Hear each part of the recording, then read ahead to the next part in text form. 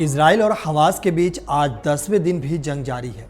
अब तक दोनों तरफ से हजारों लोगों की जानें जा चुकी है और कई हजार लोग घायल हो चुके हैं। वहीं जंग के शुरुआती दौर में इजराइल का साथ देने वाले अमेरिका के अब बदले बदले सुर नजर आ रहे हैं।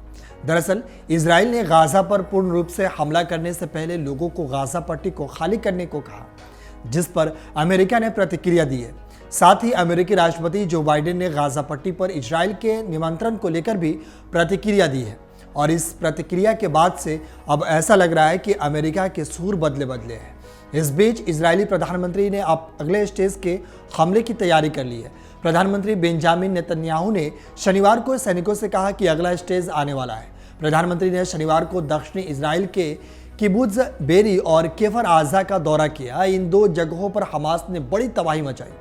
पीएम ऑफिस की ओर से कहा गया कि नेतन्याहू ने सैनिकों से मुलाकात की और उन घरों का दौरा किया जो पिछले सप्ताह भयानक हमले से पीड़ित थे। वहीं ब्लूमबर्ग की रिपोर्ट के मुताबिक इजराइल के प्रधानमंत्री बेंजामिन नेतन्याहू ने तेल अवीव का दौरा करने के निमंत्रण को लेकर अमेरिकी राष्ट्रपति जो बाइडेन से विचार कर रहे हैं, जबकि उन्होंने रविवार को गाजा पट्टी पर लंबे समय तक इजराइल के कब्जे के खिलाफ चेतावनी दी थी, क्योंकि व्हाइट हाउस ने क्षेत्रीय संकट बढ़ने की आशंका के साथ देश के लिए समर्थन को संतुलित करने की कोशिश की।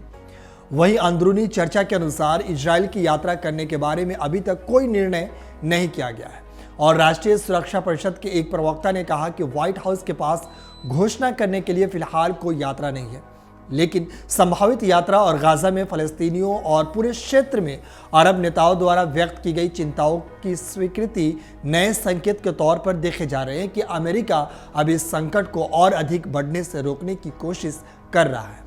आपको बता दें कि इजराइल और हमास की जंग बाकी देशों में ना फैले, इसीलिए अमेरिका ने अपने दूसरा एयरक्राफ्ट कैरियर पूर्व मध्य सागर में भेजा है। अमेरिकी रक्षा सचिव लॉयड ने शनिवार को कहा कि यूएस इजराइल के खिलाफ शत्रुतापूर्ण कार्रवाई या हमास के हमले के बाद इस युद्ध को बढ़ाने के किसी भी प्रयास को रोकने के लिए दूसरा एयरक्राफ्ट कैरियर भेजा जा रहा है।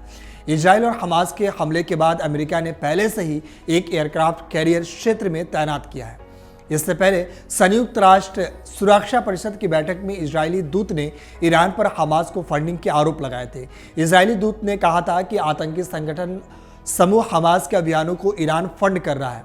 संयुक्त राष्ट्र में इजराइल के प्रतिनिधि गिलाद एरन ने कहा कि हमें पूरा विश्वास है कि ईरान ही हमास के अभियानों का समर्थन कर रहा है। दरअसल मीडिया रिपोर्ट्स के अनुसार इजरायली राजदूत के बयान से कुछ देर पहले ही ईरान के राष्ट्रपति इब्राहिम राइसी ने कहा था कि ईरान फलस्तीनियों की आत्मरक्षा के अधिकारों का समर्थन करता है।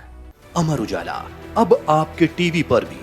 अपने स्मार्ट टीवी पर यूट्यूब पर सर्च करें अमर उजाला, चैनल सब्सक्राइब करें और देखें ताज़ा खबरें, वो भी HD क्वालिटी में। और हाँ, बेल आइकन दबाना ना भूलें ताकि हर खबर हो आपके घर। अमर उजाला, निष्पक्ष, निर्भीक, निरंतर।